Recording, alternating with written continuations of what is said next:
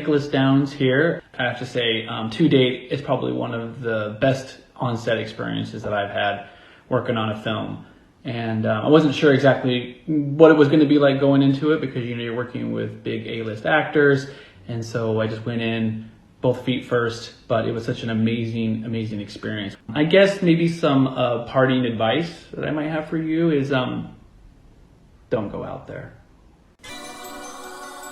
In a world where zombies, ghosts, serial killers, and vampires all exist, it's Nico, Brian, Mike, and Dustin, and they are all that stand between you and the films that could end the world.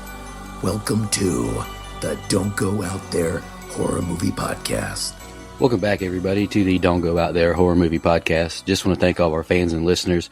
Really appreciate the support. You guys are awesome. Before we get into tonight's film review, just want to give a quick shout out to our website, don'tgoouthere.com. Everything about our podcast is on the website. All of our episodes and interviews, if you want to check those out.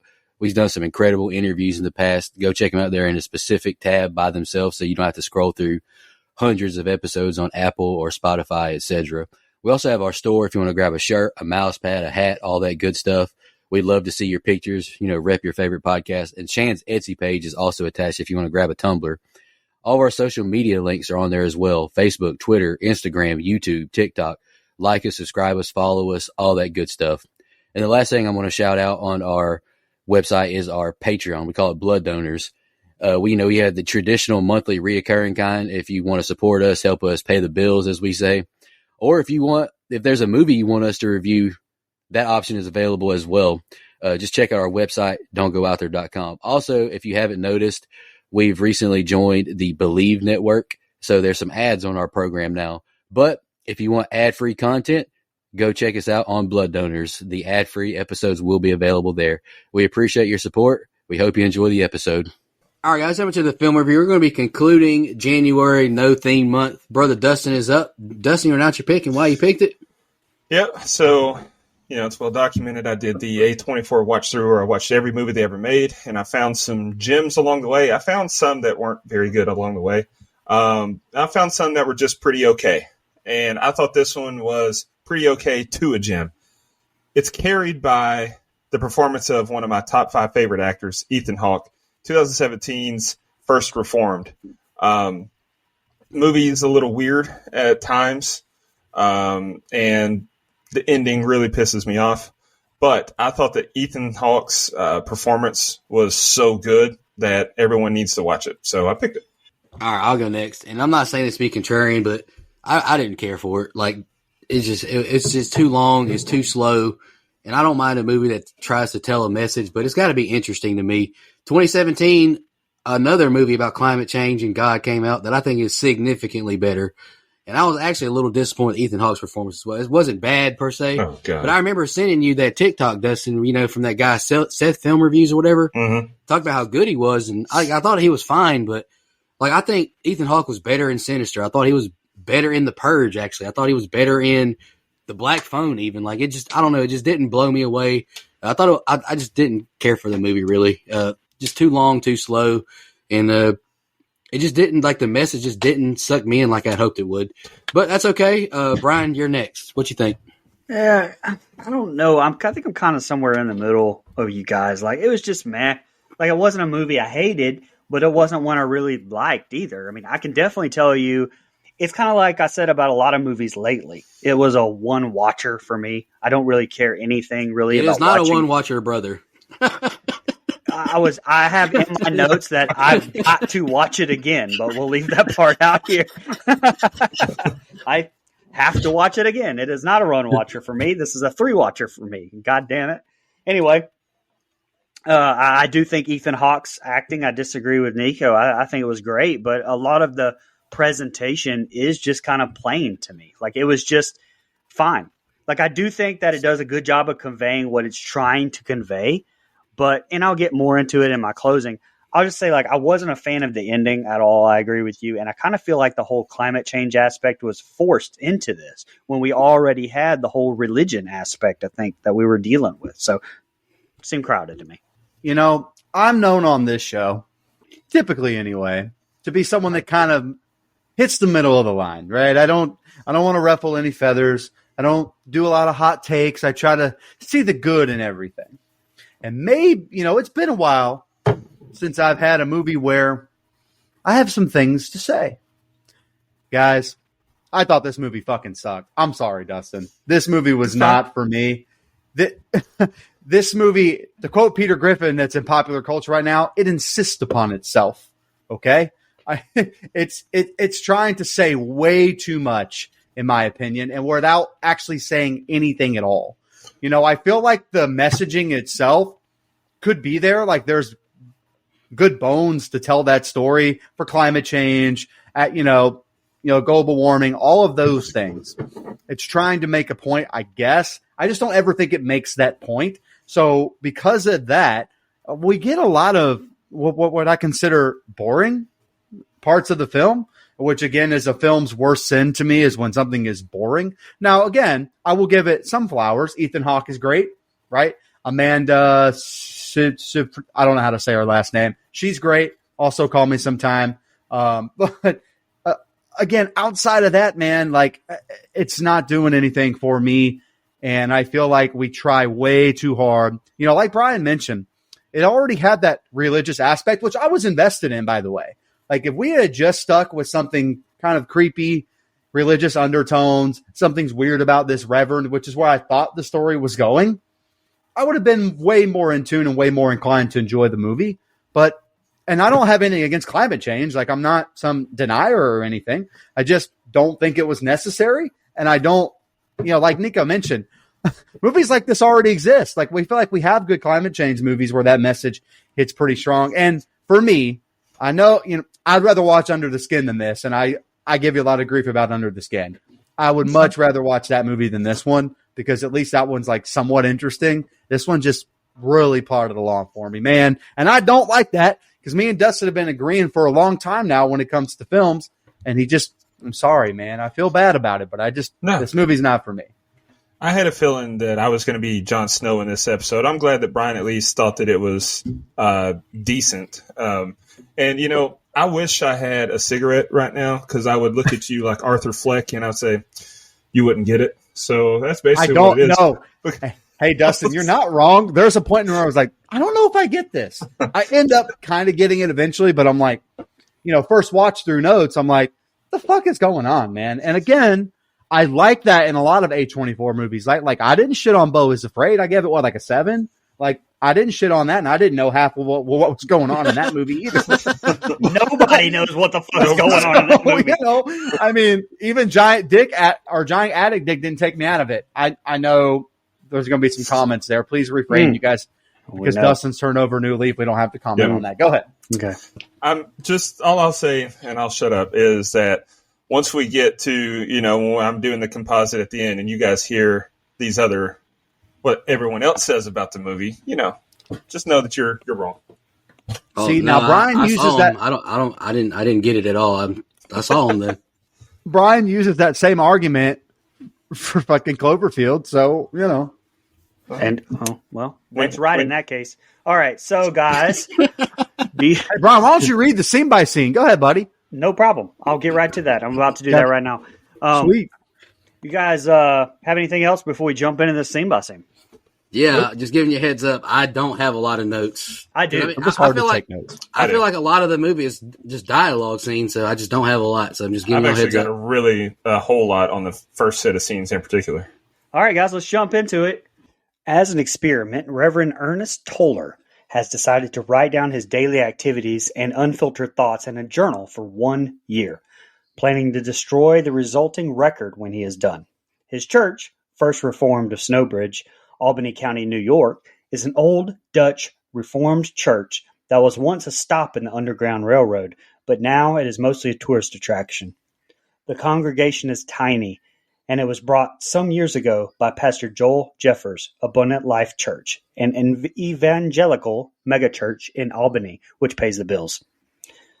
After the service one Sunday, Toller is approached by Miriam Mensana, a pregnant parishioner who is seeking counseling from Michael, her crazy-ass radical environmentalist husband. Toller visits Michael at his home, and the two have a spirited discussion. Michael relates how he wants Mary to get an abortion because he does not want to bring a child into a world that will soon be rendered almost uninhabitable by climate change. And Toller counters by telling Michael how, before he came to First Reformed, he was a military chaplain, but left the service after his son, Joseph, who he encouraged to enlist in the military, died in the Iraq War, and his wife left him. Not wanting Michael to feel responsible for taking a child from the world, as he does, Toller offers to help the young man search for the courage to overcome his despair, and they arrange to meet again. Go ahead, Nico. All right, I literally have 4 bullet points here. Toller has nice handwriting, and I'm excited to see Ethan Hawke as a preacher. Deep conversation between Mary and Toller about her husband, abortion, a topic that we touched on somewhat in Nefarious. Tough decision for any woman and couple to make. I'm not going to dive into that, but, it's a serious subject. I really didn't expect this conversation to be about worrying about the climate for your future child. This conversation seemed to me between, Toller and Michael just drags on and on and on. Over 21 minutes into the movie and not much has happened, and I'm just hoping it gets better at this point. Go ahead, Mike. I have a little bit more than you do, I guess. But again, this movie insists upon itself. I'm going to keep saying that because fucking Peter Griffin's hilarious in that movie, in that scene. I will say the opening credits are pretty ominous and creepy here. I prefer a church that looks like this one. If I'm going to attend a service, I like one that looks like it's old. It's been there a long time. It's small. I love the look of this church here. Again, this was a first time watch through, so you guys know how I take my notes. I literally wrote, why do one of these pastors look like Cedric the Entertainer? Bitch, Cedric the Entertainer's in this damn movie. Of course it looks like Cedric.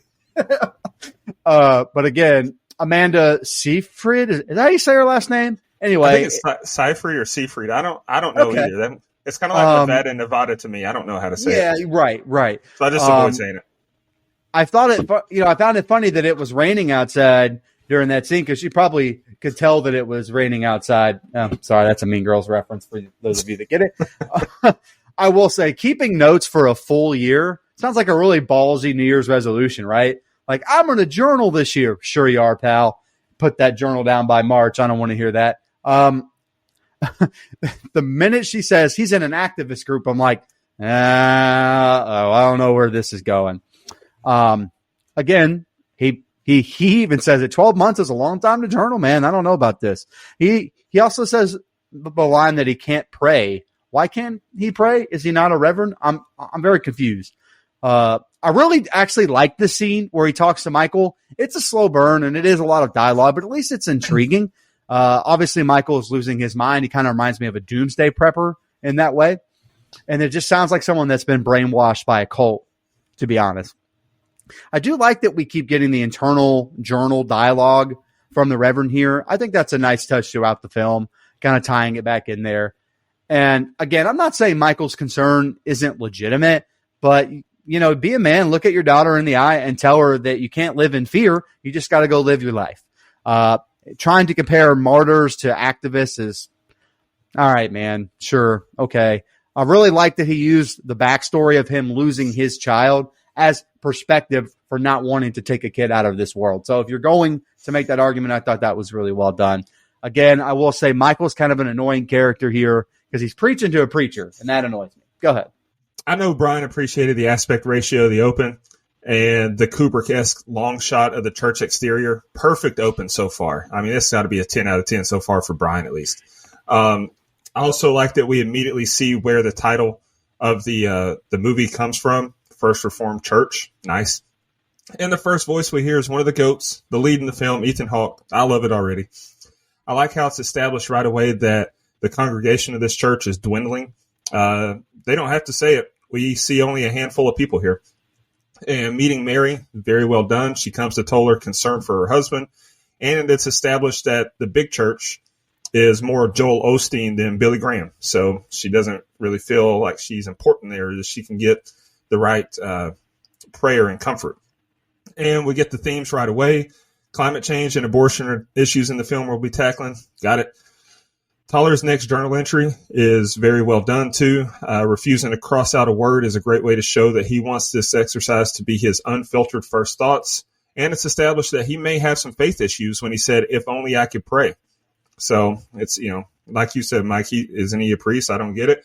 So this man is dealing with some stuff internally, clearly. He doesn't know how to pray when it's just him. He's uncomfortable. His talk with Michael is well done, kind of awkward and feels authentic to a first discussion, like their body language, how, it takes him a little bit to warm up and get into the talk. So I thought that felt really real.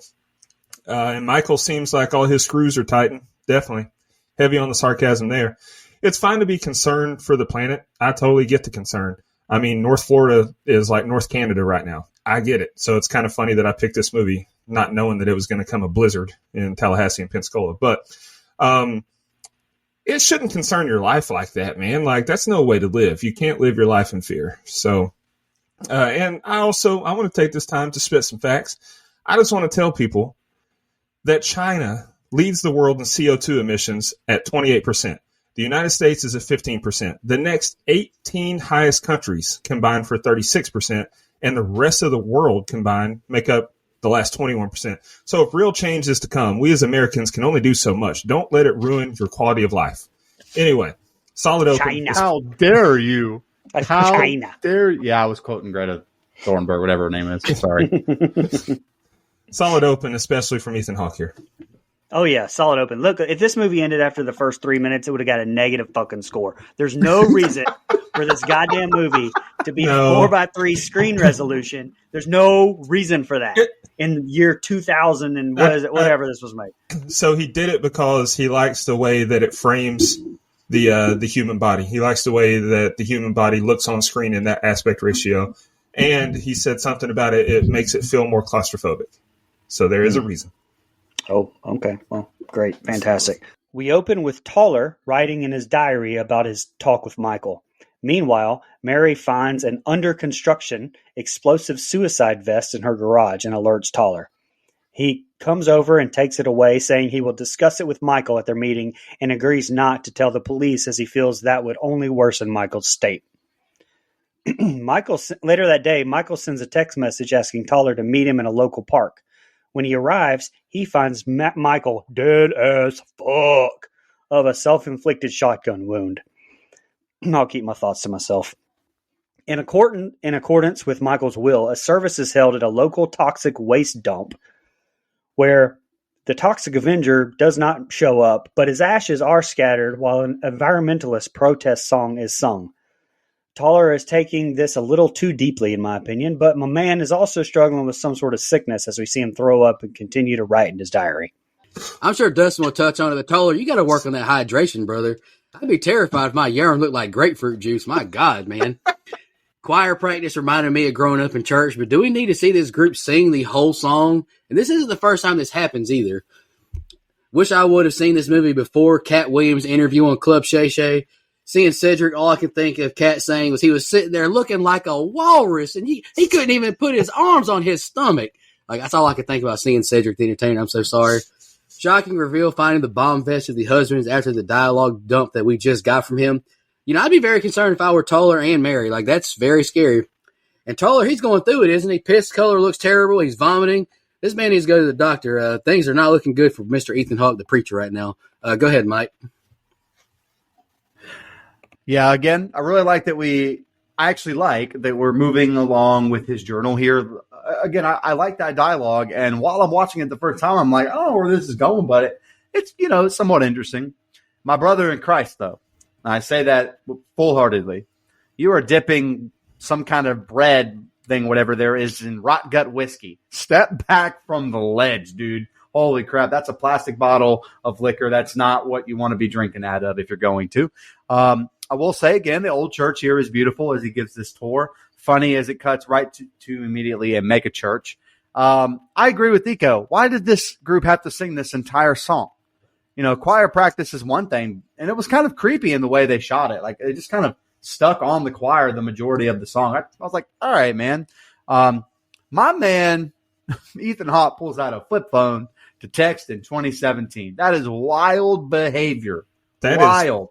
That is kind of accurate for a preacher of a small church, though. I guess that's fair. That's a good point. Maybe he was getting really in character there. Cedric the Entertainer and a goddamn A24 movie is something I never thought I would see. What a casting choice that ended up being. And the different dynamic of the two different kind of reverends here is very interesting. It took me longer than it should have put together that the Ethan Hawke and this woman character whose name I didn't get, I apologize. Oh, Esther, right? We're playing the no pants dance at one point. Is that the implication that they had a little secret hookup affair there? Interesting. Okay. How does a headstone get that overturned? Is Michael Myers in town? Come on, man. That's crazy. That's crazy behavior. Again, Amanda Seyfried, I'm just going to keep butchering her last name because it's way funnier, uses the reverend like he's an HVAC guy where he's on call all the time. No, man. This man's not on call. Can't be. Come on, man. Man has a life. Bomb vest in the basement. Michael's a wild boy. Like you mentioned here, Dustin, all screws are tightened. Again, if I were her, I would have just gotten rid of them. No offense. And then last thing I have here, and I want to talk about this. You got to plunge the toilet harder than that. If you got something in there that you need to get out right before you're about to puke, this little poop, this little plop thing that he did. No, man, plunge the shit out of that. Now, again, as someone who stops at the toilet frequently, maybe that's just a me thing, but I'm just giving him real life advice. Got to plunge harder than that, brother.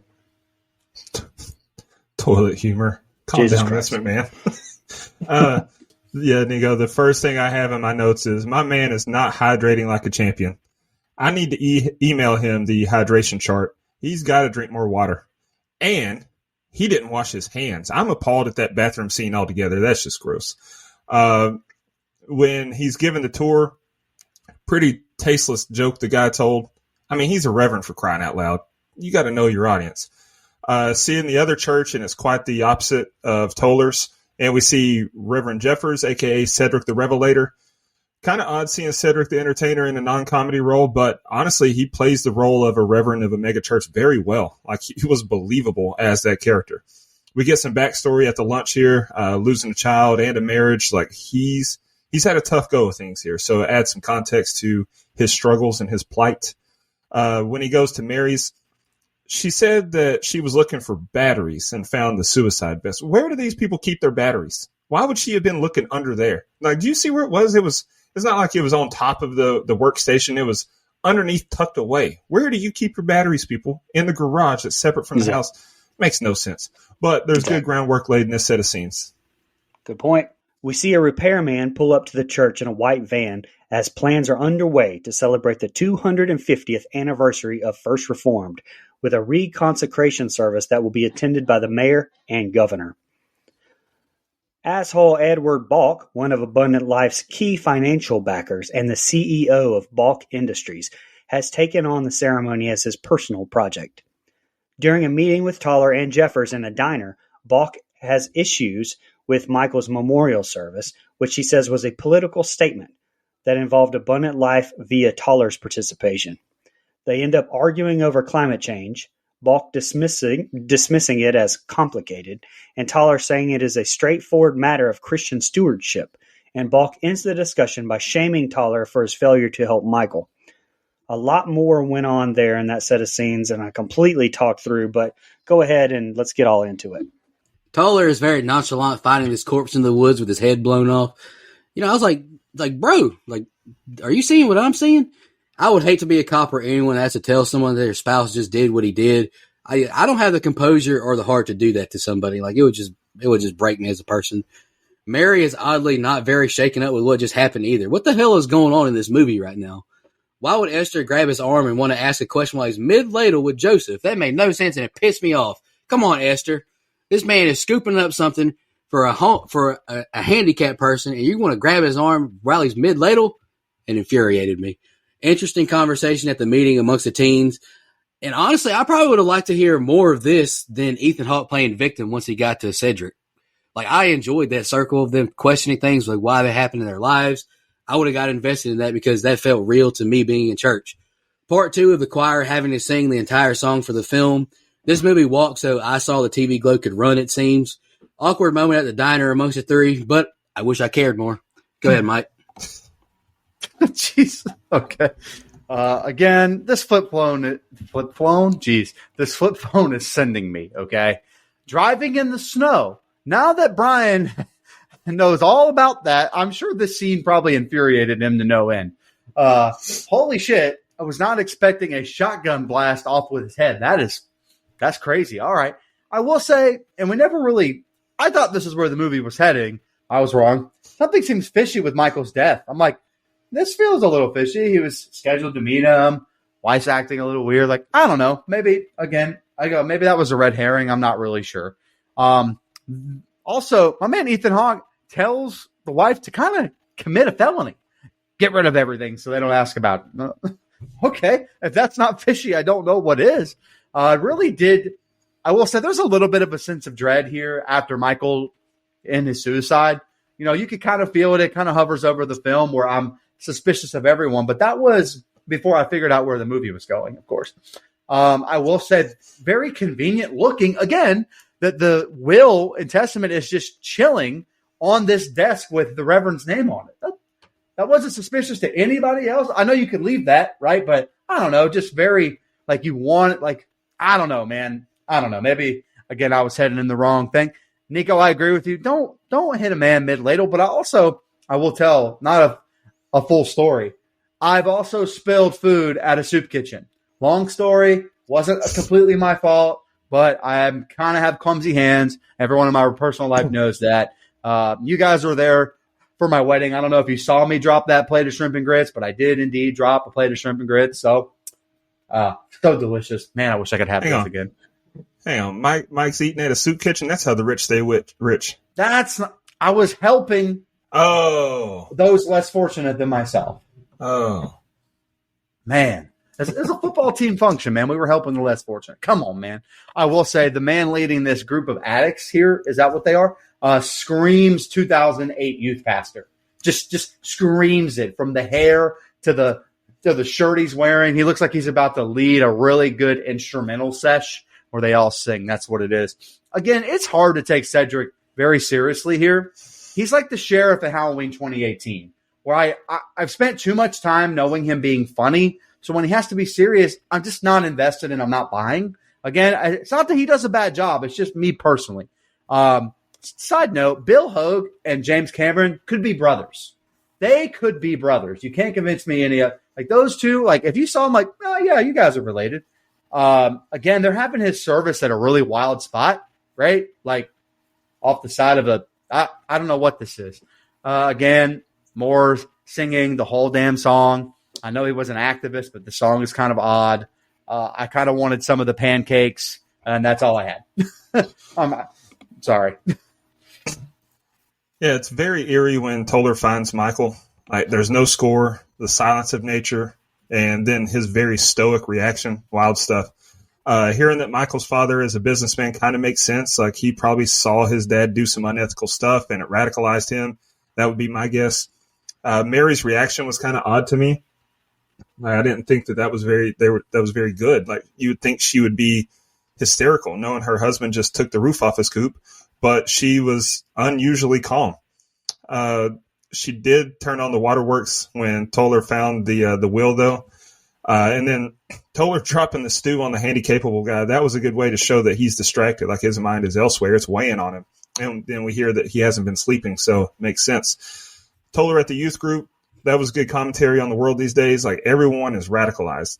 A lot of Christians have a hard time following Christ's teachings, and they become hateful. So it's everywhere. This guy has no compassion. I'm tired of turning the other cheek, so that's relatable. Balk, absolute douchebag. You know what God wants? Like, he was called by God to be a reverend. And then he basically blamed Toller for Michael's death. Yeah, he sucks. Solid set of scenes here. Look, that is not the first time in probably the last few weeks that Mike has mentioned how good the pancakes look. Can somebody get this man some fucking pancakes in his life, please?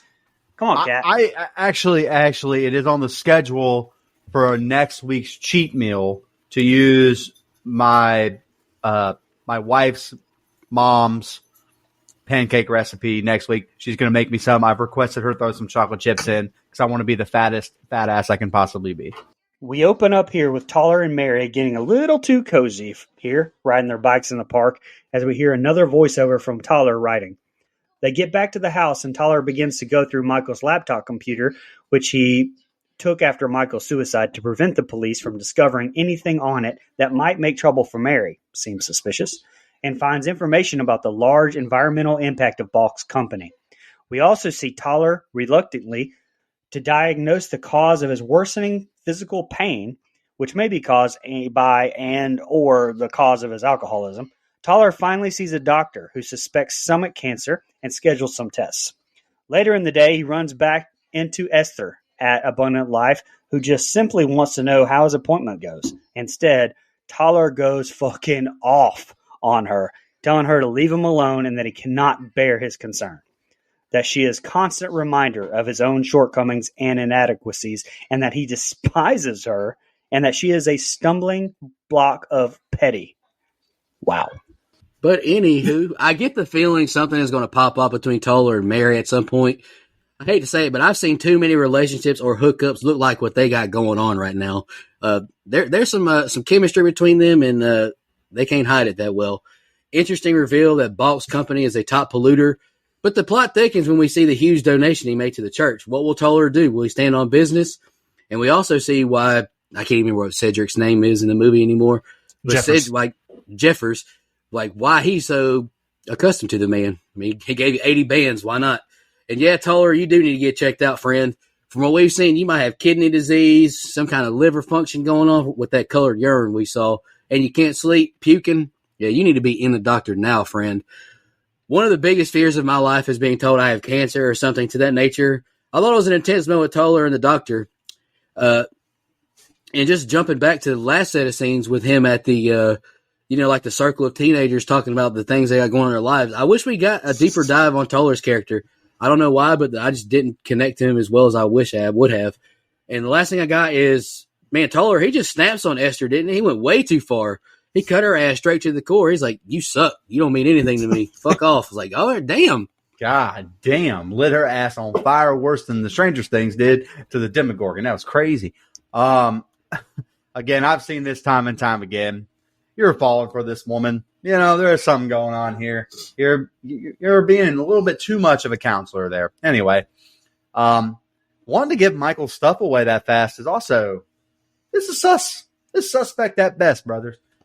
Pink or blue is a very weird way to ask about a baby's gender to me. Pink or blue. How about, I don't know, boy or girl? I don't know. Anyway, I like that he, sorry, I don't know why I laughed. I made myself laugh there. I apologize. I do like that he has somewhat of a conscience here to think that he could have maybe done something different to save Michael. I mean, that's what I took from it. I will say he's, looking at all these, he gets this, mail and it's all creepy pictures and cutouts and stuff. This is why I realized, oh, hell, we're doing an environmental plot line. I was not expecting an environment plot line here. I will say Ethan Hawke stays kind of being on the computer in the total dark. It, he does that in a couple different roles. Okay. Anyway, again, I hate watching blood being drawn. I don't mind getting my own blood drawn. I don't want to watch other people's blood get drawn. I didn't need to see that there. Again, we have a little side romance, no doubt about it. And this is a mundane way this doctor told him that he may have cancer, ? I will say the Cedric commercial here cracks me up. And I got to tell Esther, you got to stop, girl. I mean, this looks ridiculous. And then you took a big fat L because he went the fuck off on you. This was totally desperate and unnecessary. I'm sure he was a dick, and I understand that, but you got to be strong-willed and move on. You can't keep chasing this man. He doesn't need you. He doesn't want you, and he told you and flamed that he went the fuck off. Flamed her to death. Go ahead, Dustin. Yeah, the curative power of exercise, that's the real deal. There's been several times in my life that I've been battling a severe bout of depression and forced myself to work out, and he ain't lying. It does help. That rush of endorphins is incredible. Hearing Toller say that he can't help but wonder what he could have done differently. That was great though. Shows that he's human and it's weighing on him a lot. When Toller is going through Michael's stuff, you can see a change. Like he had seen some validity in Michael's points before. That was evident when he had talked to Balk. but this sent him down a deep rabbit hole. But him saying that he can't ignore his health, brother, it's clear you don't care about your health. Your urine looks like you haven't had a sip of water in 20 years.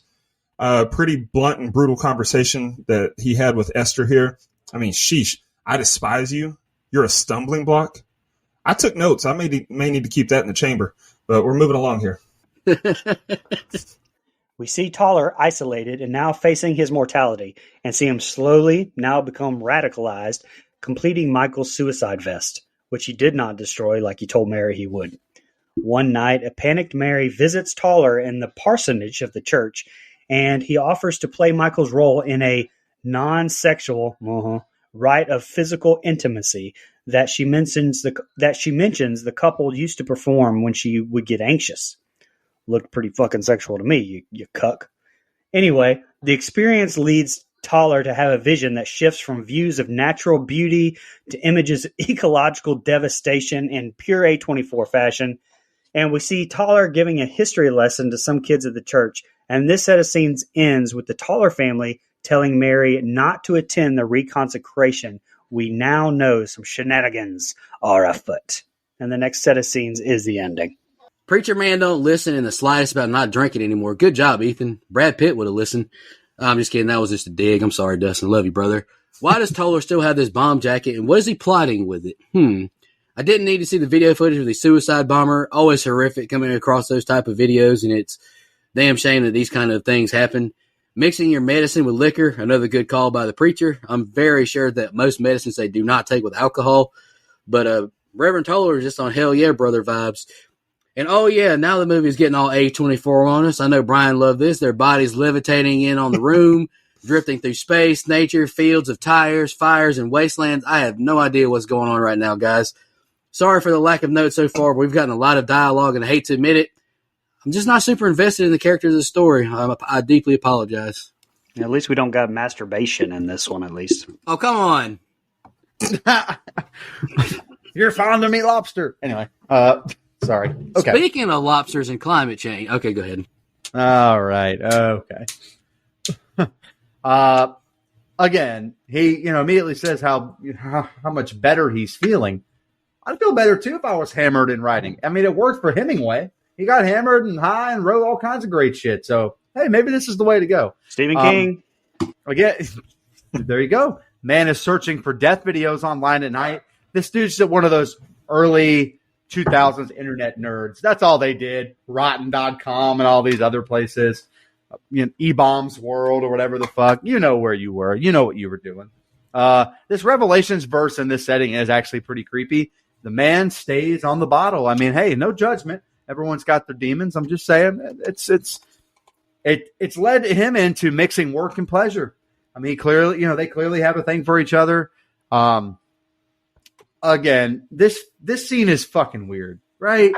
Like, I can't be alone in thinking this. Like, it's like a mix of Windows 97 landscape backdrops mixed in with the scene where Ron Burgundy and Veronica go floating through the sky on a unicorn. Like, what the fuck is this? What is happening, man? Like, they took like all these Windows backgrounds that change all the time and mixed it with Anchorman. I was very, very confused as to what the hell was going on. It would have been better if it was like widescreen. You could have seen the rest of it, maybe. I don't know. I freaking love you. I freaking love you too. And no, Brian, that aspect ratio was perfect. I will say, she mentioned that her and Michael used to use the joint. Where was that? That would have helped me really enjoy this scene. I should have had one of those.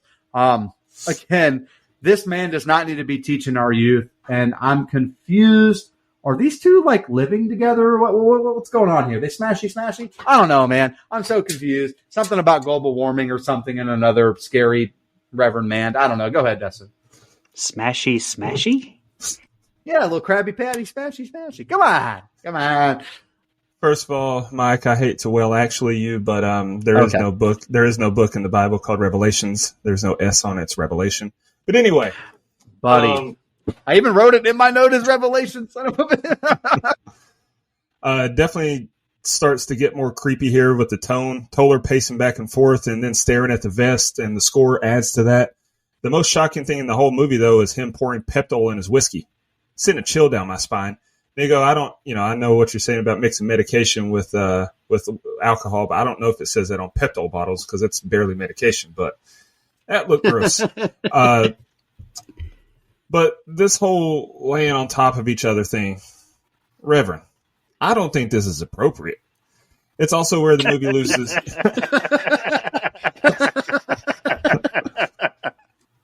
It's also where the movie loses me a little. Like, this whole levitation thing was just unnecessary and weird.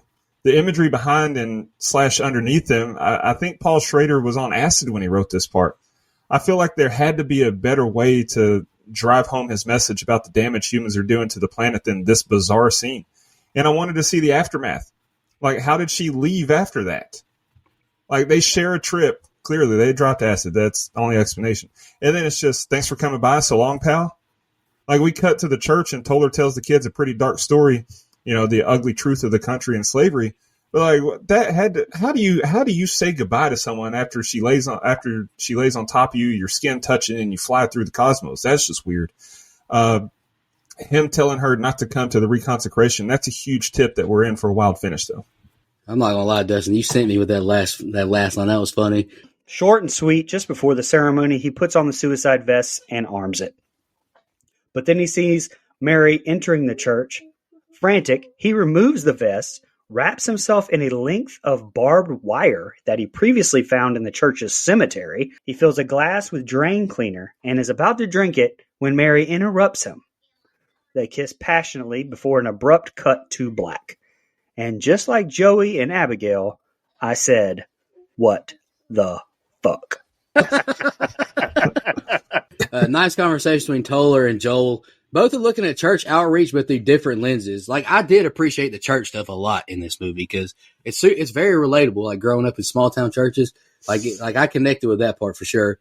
And oh shoot, Toller about to go blow the whole church up. Hot take possibly, but I can't stand people who martyr themselves for a cause, but kill innocent people in their act. Like I don't give a shit about your cause if you kill innocent people in the act of it.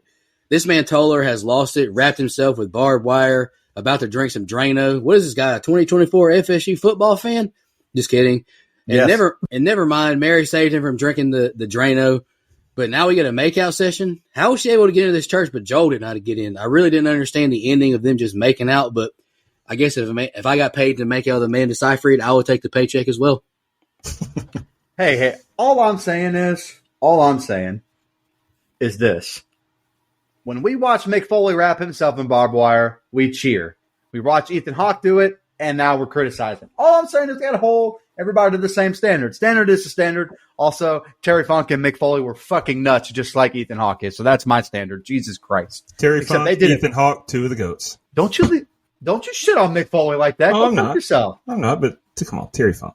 Go Mick's better than Terry. Anyway, this bomb vest looks like a fisherman vest. He looks like the dad from the 13th year. Jesus Christ. There are bombs in there, but anyway. I mean, you can't look. I'm not preaching to anybody. You can't really have an environmentally friendly industrial packing plant. It cannot happen. If you have some kind of food or packing warehouse or whatever, it's emitting CO2s. You just got to get over it. Again, hard to take Cedric very seriously here. I hate the way that he twisted the 40 days and 40 nights on its. Oh, that drove me nuts. I forgot to say this earlier in the film when they're eating at the Pancake House, but fuck Ed. Ed sucks, and I would not let Ed speak in anything I ever did, okay? This barbed wire scene, what the fuck is going on here, man? Like, takes the bombs off, decides to do the bomb. I'm lost, confused. It's visually appealing, but what are we doing here? Like, I don't fucking get it. He almost drinks fucking toilet cleaner. Jesus Christ. Again, like you mentioned, though, Nico, he gets to make out with Amanda Seyfried, so good for him. In the words of Sebastian, sometimes you have to kiss the girl. All right. Didn't expect a Little Mermaid reference, baby. Yeah, what I said in the last set of scenes rings true. We're in for a wild finish. Toller's putting on the vest. Tension's high. He's clearly lost it.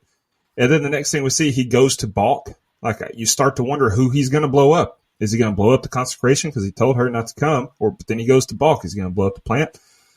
Pretty big showing of disrespect from Jeffers when Toller goes to talk to him. He turns his back on him. while he's talking and says he doesn't, and then he says that he doesn't know what it takes to do God's work. It shows you what he really thinks of Toller. Very ominous score as people start arriving for the consecration and him putting on the vest. Oh boy. Mary showing up here threw a wrench in his plans, and he really did a number on himself with the barbed wire. Then he drank Drano? Ain't no way. But the rest, so confusing. Like, what really happened? Was any of that real? Well, don't ask Paul Schrader, because he doesn't even know. He said himself that he doesn't know what the ending of this movie is. I hate that. But, how did Mary get inside that house when the door was locked and Jeffers couldn't get in? And then they just start making out? So did he die? Did she die? Because he had Drano in his mouth, so she definitely swallowed some. And it just ends abruptly. One of the worst endings I've ever seen in an otherwise really good movie. Like, my theory is that he died after drinking the Drano. Mary coming in was just a hallucination. She didn't actually come in. That none of that actually happened. I think that was just him manifesting. But, yeah, weird ending, but everything before that I was on board for. That is some A24 shit if I've ever seen it, when the director doesn't even know what the goddamn ending is. Okay, anyway. All right, you want to get into social media questions there? Nico, you got anything on the old Insta? I think this is another sleeper. We don't have anything on the gram. Nothing on the Book of Faces either. I don't think we had anything on the X either. We did not. Or Blue Sky. Dustin, hit us with those fun facts you got, brother. All right, I got quite a few here, so Lord bear me strength. Amanda Seyfried was really pregnant, and that was written into the script. Jake Gyllenhaal and Oscar Isaac were also considered for the role of Reverend Toller. So 2 good actors who are also A24 alum. I'm glad they went with Ethan Hawke, though. This is the first movie in which Cedric the Entertainer is credited under his real name, Cedric Kyles. Filming for the interior and exterior of the church was done at the Zion Episcopal Church in Douglaston, Queens. Writer/director Paul Schrader, this one, come on, stated in a Q&A at the Rotterdam Film Festival 2018 that he was surprised while editing the film to notice how much similarities there were with Taxi Driver, 1976, a film that he also wrote. Both main characters are lonely men who keep a journal, become obsessed with the world around them decaying. Both have stomach cancer scares, and both have violent plans that they abort. Man is clearly senile. He can't remember his own movies. Paul Schrader claimed that he wrote 2 alternate endings, one in which Pastor Toller blows up the church and one in which he drinks the drain cleaner. He finally decided the ending that he filmed. Okay. I wish we'd have got the other one, I guess. That way it would have made more sense. And then the last one I've got is that Cedric the Entertainer was in Barbershop with Michael Ealy, who was in the DMX-led Never Die Alone with David Arquette. Hell yeah. Hell yeah. Mike, hit us with that budget. Yep, this movie was made for a very cool and probably overdone $3.5 million and grossed $3.8 million worldwide. So a little toughy there. What was Ethan Hawke's salary? 2.75 million. Right.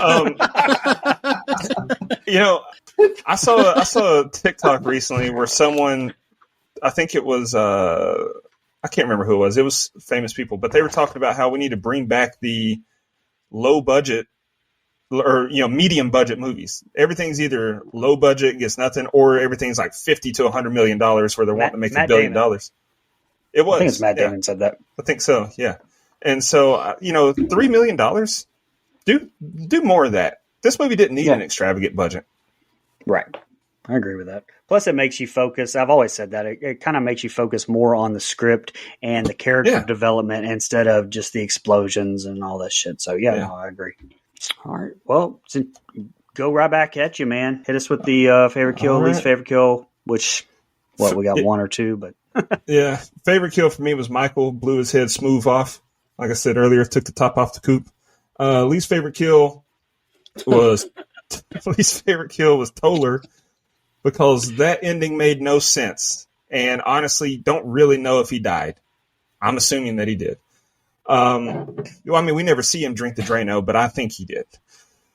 As far as my final thoughts on the rating, Ethan Hawke crushed it like he always does, but he was especially good in this one to me. The movie does have a message about protecting God's creation and not destroying the earth, but the ending took it down a couple pegs for me. I gave it a 7.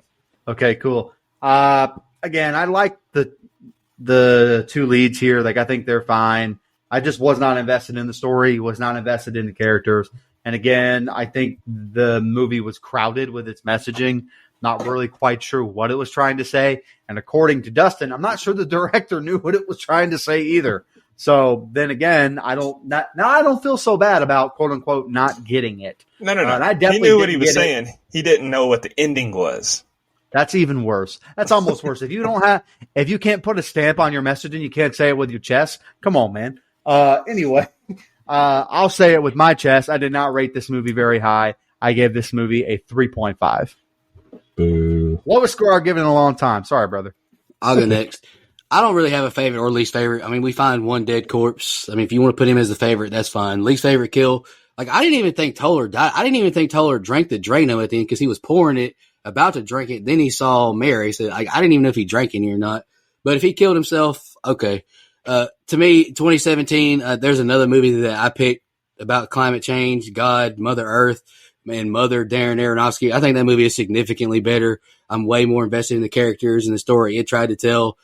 This one just, I don't know. I agree with you, Mike. It just felt like too scattered all over the place, and it didn't really know what it was trying to say. And I just didn't connect with it. I gave it a 4. Sorry, Dustin. Fighting words. Sorry, bro. Hey, a point, half a point higher than I rated it, Nico. Congratulations. All right, I'll end us on a good note. I think the visual aspect of a movie is a little lacking, and I don't just mean the awful 4:3 screen resolution, unreal, in a movie that does not take place before 1995. Anyway, I'm talking about the atmosphere, and I understand it's trying to convey dark and grim. I'm fine with that, but it's like that the entire almost 2 hours kind of weighs on me. I wanted to see something more visually interesting, I guess. Maybe you get that from widescreen. I don't know. Yeah, it's slow. I will say that. But I do think it's appropriately slow. Like, yeah, it's supposed to be, and I'm fine with that. The characters are believable as well. It's definitely worth, like I said, one watch, just not 3. And the ending, like I said at the start, was really bad for me. Like I said, the whole climate change thing being here's a word for you, juxtaposed against the religious aspect. It felt forced to me. Like I said, I gave it a 5. Okay. So that gives us a composite score. Of 4.875. You guys don't know ball. Internet Movie Database, 7.1. That's fan Wrong. score. That's not Wrong. critic score. That is fans. Wrong. Rotten Tomatoes, 94%. Very high. Someone needs to sign an executive order to ban those sites. Anyway. Letterboxd, 4.0.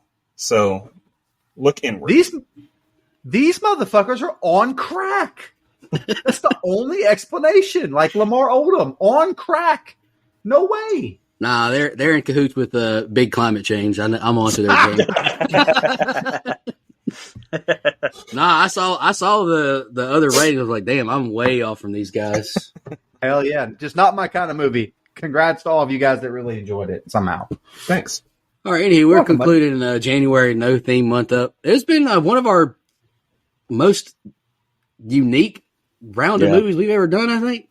First stop motion, climate change. Mike, what did you pick? I don't even remember. The Substance, brother. Body horror, The Substance. Body horror. I've had the flu all week, bro. I can't remember shit right now. Fair. And Quentin Tarantino, hell yeah, brother. It's been a hell of a month. God, that Quentin Tarantino review feels like 3 years ago. Dude, January, I'm telling you, is longer than a night in jail. All right, anywho, let's shout out our blood donors and I'll announce my theme for next month. And you can announce your pick, Brian. Legendary blood donor, Dana Tucker. I don't even know how many times you've donated at this point, but we appreciate it. We thank you so much. Camper Level Reoccurring, Nina, the Horror Movie Crew Podcast, Alex Seligson, Michelle Mirza, Chris Manley, and Steve Schmidt. Camp Counselor Reoccurring, we got Edwin Hernandez Gunn, Joe Swinford, Adrian Aiello, Brian Samick, Andrew Ferguson, Brooke Maley, Heather Superdoc, Jennifer Davis from the Too Close to Home Pod, Dana Tucker, Cole McAlexander, Max K, and Madison Arzola. We really appreciate y'all's donation. It helps take a huge burden off of us. February is my birthday month and my theme month. I chose 2024 just because I thought 2024 was such a great year of horror movies. I just wanted to review as many as we could this month. I think 2024 was a very refreshing year. I was in the movie theater a lot, and we saw a lot of good movies last year. Brian, you want to announce your pick for next week? Yeah, one of my favorite movies. I think I rated. Did I rate it 1 or 2 of 2024? I can't remember. Go listen to that at don'tgoother.com. But I'm gonna go with Abigail. Melissa Barrera led. Catherine Newton. What is this? Her second appearance on the show. So I'm excited. It was really good. I liked her character in that movie too. But the star of that movie was Kevin Durant. I thought he was He's hilarious great. in that movie. He is fucking great too. I love him in that. I like Dan Stevens a lot too. Those are fucking onions. Yeah, That was that's funny. my favorite. Yeah, that's my favorite part. I can't wait to watch that. I had that movie highly ranked in 2024 films as well, so I'm excited. Yeah, it's going to be a fun one for sure. We appreciate y'all tuning in, and we'll be back next week. Hope y'all enjoyed the scene by scene like we did. Man, it was a good time. Thank you so much, everybody. I'll see you next week. And in the meantime, take care of yourself. Just want to remind everybody,